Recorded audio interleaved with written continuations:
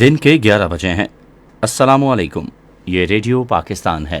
ایاز اسلم سے خبریں سنیے۔ پہلے اہم خبروں کا خلاصہ۔ وزیر اعظم نے کہا ہے کہ پاکستان اور یورپی یونین کے درمیان تصویراتی مذاکرات سے دو طرفہ تعلقات کو مزید فروغ دینے میں مدد ملے گی۔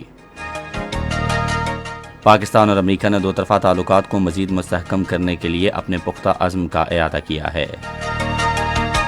وزیر خارجہ نے کرونا وائرس، موسمیاتی تبدیلی اور تنازعات کے تناظر میں غذائی تحفظ کے چیلنج سے نمٹنے کے لیے مشترکہ لاہ عمل پر زور دیا ہے۔ اور پاکستان نے سعودی عرب پر زور دیا ہے کہ عازمین حج کے لیے بالائی عمر کی حد بڑھا کر 75 سال کی جائے۔ اور اب خبریں تفصیل کے ساتھ۔ وزیر اعظم شہباز شریف نے کہا ہے کہ پاکستان اور یورپی یونین کے درمیان تصویراتی مذاکرات سے دونوں فریقین کے درمیان خصوصاً تجارت، ترقی اور موسمیاتی تبدیلی کے شعبوں میں دو طرفہ تعلقات کو مزید وسعت دینے میں مدد ملے گی۔ یورپی کونسل کے صدر چارلس مائیکل کے ساتھ ٹیلی فون پر گفتگو میں انہوں نے کہا کہ پاکستان یورپی یونین کے ساتھ اپنے تعلقات کو انتہائی اہمیت دیتا ہے۔ انہوں نے GSP+ کی سہولت دینے سمیت یورپی یونین کے ساتھ پاکستان کے پائیدار اقتصادی تعاون کا بھی ذکر کیا۔ افغانستان کے معاملے پر وزیر اعظم نے پرامن اور مستحکم افغانستان کی اہمیت کو اجاگر کرتے ہوئے انسانی اور معاشی بحران سے نمٹنے کے لیے فوری ضروری اقدامات پر زور دیا۔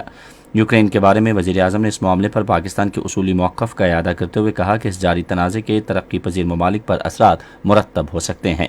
وزیر اعظم نے جموں کشمیر کے درینہ تنازع کا اقوام متحدہ کی سلامتی کونسل کی قراردادوں اور کشمیری عوام کی امنگوں کے مطابق حل پر زور دیا، جو جنوبی ایشیا میں پائیدار امن کے لیے ناگزیر ہے۔ وزیر خارجہ بلاول بھٹو زرداری نے کرونا وائرس، موسمیاتی تبدیلی اور تنازعات کے باعث غذائی تحفظ کے درپیش چیلنجز سے نمٹنے کے لیے متفقہ لاہ عمل کی ضرورت پر زور دیا ہے۔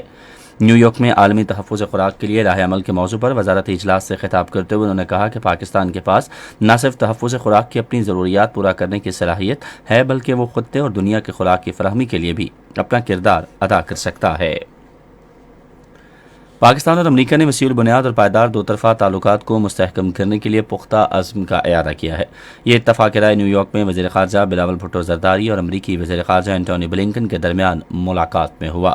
اس موقع پر اظہار خیال کرتے ہوئے وزیر خارجہ نے کہا کہ پاکستان تجارتی تعلقات میں بہتری اور امریکی اور پاکستانی سرمایہ کاروں کے لیے مواقع پیدا کرنے کے حوالے سے امریکہ کے ساتھ کام کرے گا۔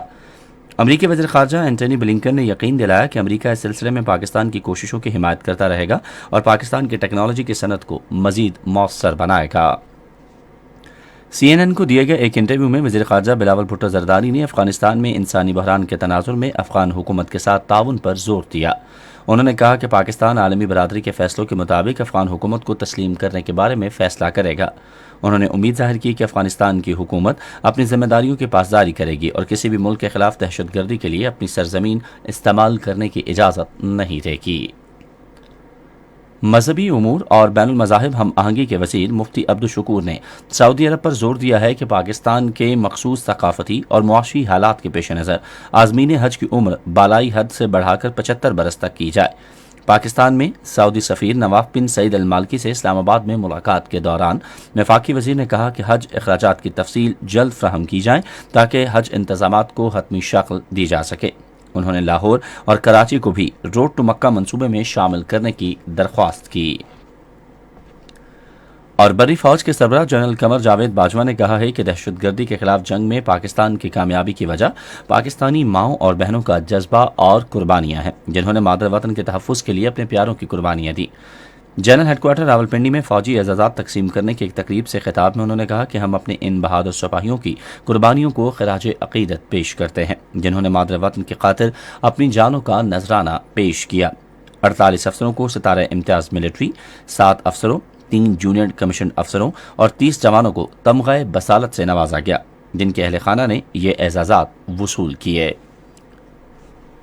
اسی کے ساتھ خبریں ختم ہوئیں۔ مزید خبروں اور تجزیوں کے لیے آئیے ہماری ویب سائٹ پر، پتہ ہے radio.gov.pk، اور آپ ہمارے فیس بک کے link radio Pakistan news official پر ہماری براہ راست ویڈیو سٹریمنگ بھی ملاحظہ کر سکتے ہیں۔